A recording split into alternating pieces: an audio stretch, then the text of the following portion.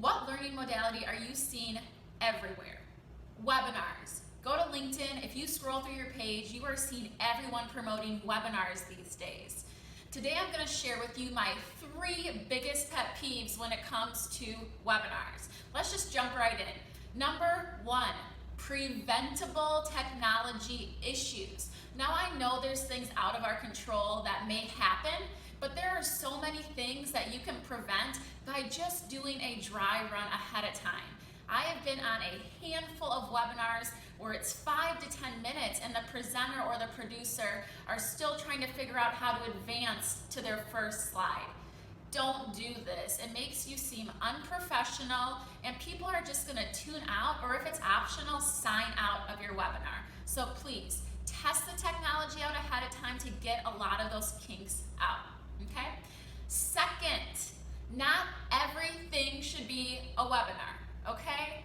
For example, if you are just trying to share some minor updates to, say, a new product or a minor change to a process that you have in place, don't do an hour webinar. You're just gonna waste people's time, okay? In those instances, a simple email communication with an updated job aid outlining the differences is all someone needs. Go back to basics. What is the goal of the learning, and make sure that a webinar is the right modality to get the impact you need, all right?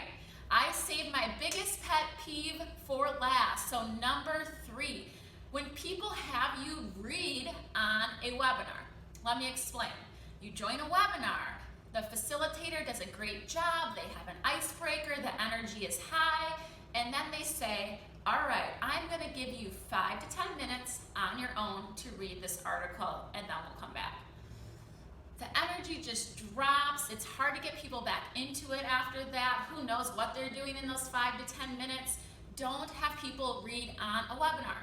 1, they can do it ahead of time, all right?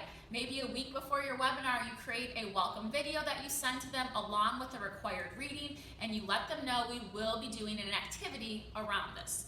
Now, I know what some of you are thinking, no one does pre-work. Well, if that's your case, another option is just to set aside the first 5 to 10 minutes for people to get that reading done, and then you officially kick off the webinar. That way you know people have time set aside to do it, but you're not wasting time in your learning event doing it and having people disengage, okay? So those are my biggest pet peeves when it comes. There are many of them.